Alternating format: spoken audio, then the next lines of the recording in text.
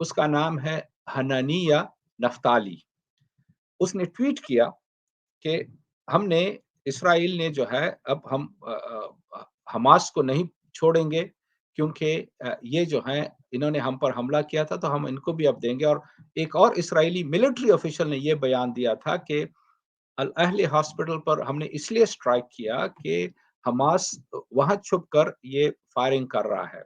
اچھا، اسرائیل نے بار بار ان مختلف ہاسپٹلس کو وارننگز دی تھی کہ تم یہاں سے یہ ہاسپٹلس کو خالی کر دو ورنہ ہم وہاں پر اٹیک کریں گے. باقاعدہ یہ ریکارڈڈ ہے، کوئی چھپی ڈھکی چھپی بات نہیں ہے. اچھا، جب پتا چلا کہ بھئی تباہی اتنی مچی ہے، اتنے سارے لوگ وہاں پر شہید ہوئے ہیں، تو پھر اسرائیل نے اپنے نیریٹو کو چینج کر کے یہ بیان داغ دیا کہ جی یہ تو اسلامک جہاد کا راکٹ تھا جو کہ مس فائر ہو گیا تھا. نہ اسلامک جہاد نہ حماس کے پاس اس ہائی پاورڈ ایکسپلوسیو کے میسائلز یا راکٹس موجود ہیں جو اتنی تباہی مچا سکتے ہیں. یہ صرف اور صرف اسرائیل کے پاس ہیں، اور اسرائیل کے ہی میسائلز ہیں جو کہ انہوں نے یا اس ہاسپٹل پہ بھی داغا. ورلڈ ہیلتھ آرگنائزیشن نے خود کہا ہے کہ اسرائیل نے اب تک جب سے یہ 7 اکتوبر سے واقعہ شروع ہوا ہے غزہ پٹی میں 77 سے زیادہ ہاسپٹلز اور میڈیکل سینٹرز پر اٹیک کیے ہیں، جس میں 27 کے قریب میڈیکل سینٹرز ٹوٹلی تباہ کر دیے گئے ہیں.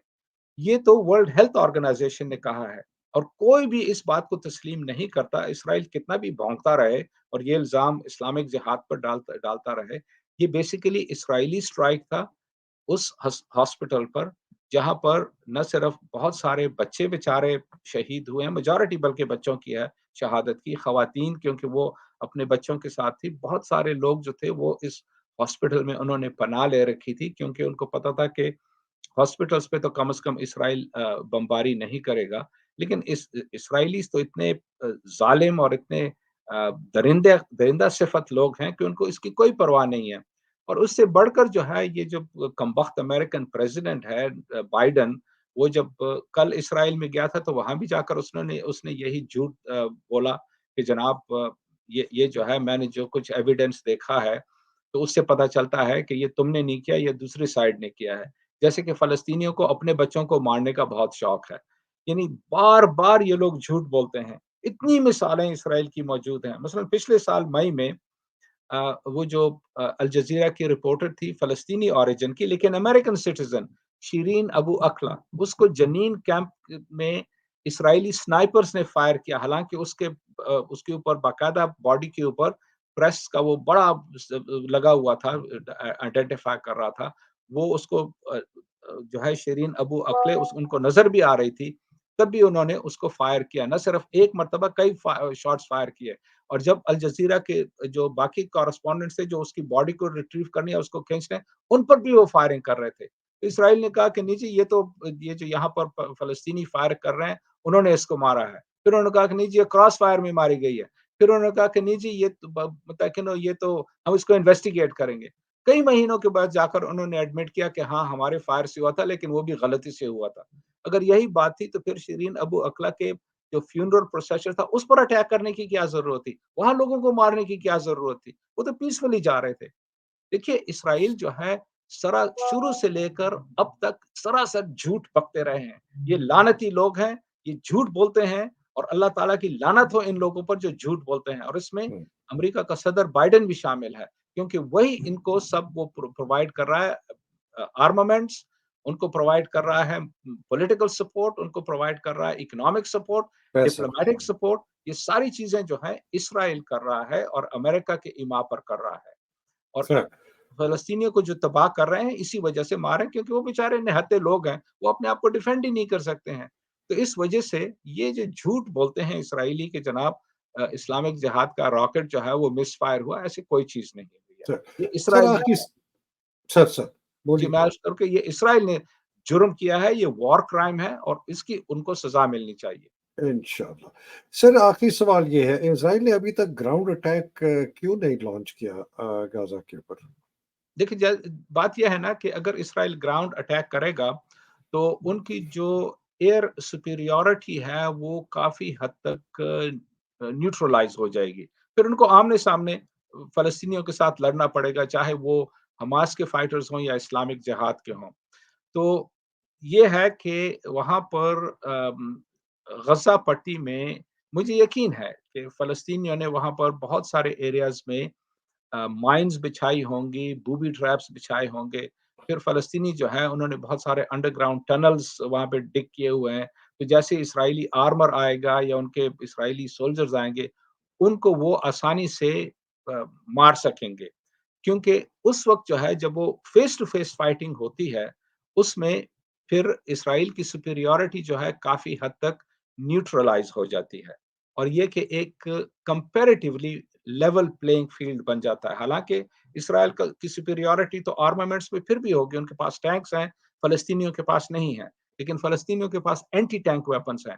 دوسری بات یہ ہے کہ آپ تو چونکہ فوجی بیک گراؤنڈ سے آپ کے بھی علم میں ہے کہ جب بھی جو اوفینسو آپریشن ہوتی ہے اس میں اوفینڈنگ پارٹی کے جو سولجرز ہیں وہ زیادہ ولنریبل ہوتے ہیں، جو ڈیفینسو پوزیشن پہ ہوتے ہیں ان کی ایڈوانٹیج ہوتی ہے۔ تو چونکہ وہ ٹرین جو ہے وہ فلسطینیوں کو زیادہ بہتر طریقے سے معلوم ہے، ان کو پتا ہے کہ انہوں نے کب آپریٹ کرنا ہے، اس لحاظ سے اگر اسرائیل گراؤنڈ آپریشن کرے گا تو وہ ان کی بہت کیجولٹیز ہوں گی، اور وہ کیجولٹیز ظاہر ہے کہ اسرائیل برداشت نہیں کر سکتا، ورنہ انہوں نے کب کا وہ گراؤنڈ آپریشن کر لیا ہوتا۔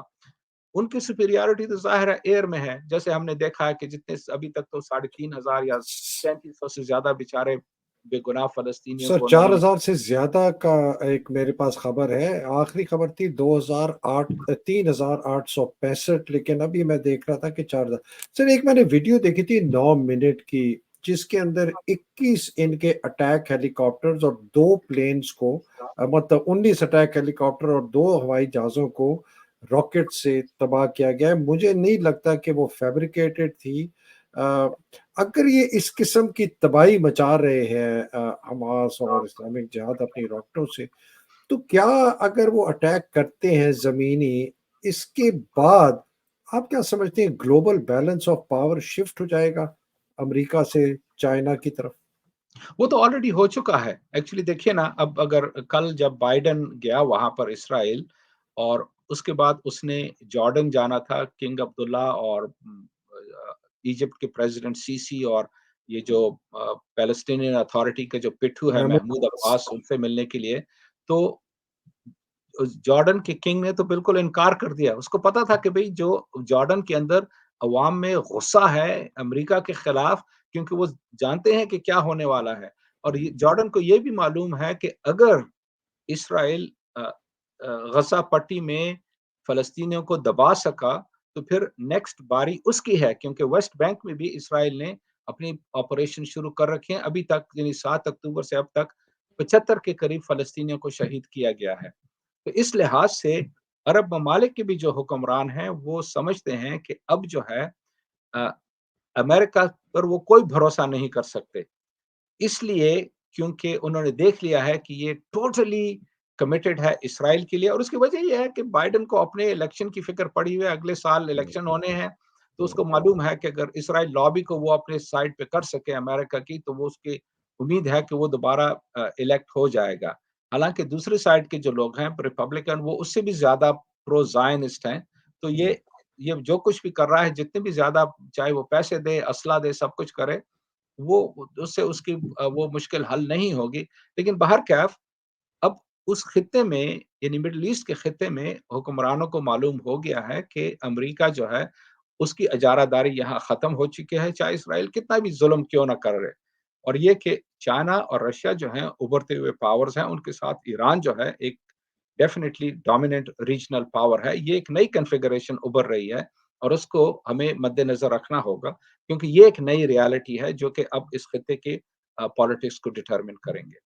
بہت شکریہ سر، اللہ سبحانہ تعالیٰ آپ کو، آپ کے اہل و عیال کو، سب کو اپنے حفظ و امان میں رکھے۔ پاکستان کی عوام کو حماس اور اسلامک جہاد سے کچھ انسپریشن حاصل کرنی چاہیے کہ کیسے ظالموں سے اپنے آپ کو چھڑانا ہے۔ جو بیچارے اس جہاد میں لڑ رہے ہیں، اللہ سبحانہ تعالیٰ ان کو کامیابی دے، اور جو بیچارے اس جہاد میں شہید ہو گئے، اللہ سبحانہ تعالیٰ ان کے درجات بلند کرے، اور سب کو حفظ و امان، جو مصیبتوں میں ہیں، قید میں ہیں، ان کی مشکلیں آسان کرے. عمران خان کو حفظ و امان میں رکھے، فلسطینیوں کو حفظ و امان میں رکھے. پاکستان زندہ باد، پاکستان پائندہ باد. الہی آمین. السلام علیکم. خدا حافظ سر، بہت شکریہ.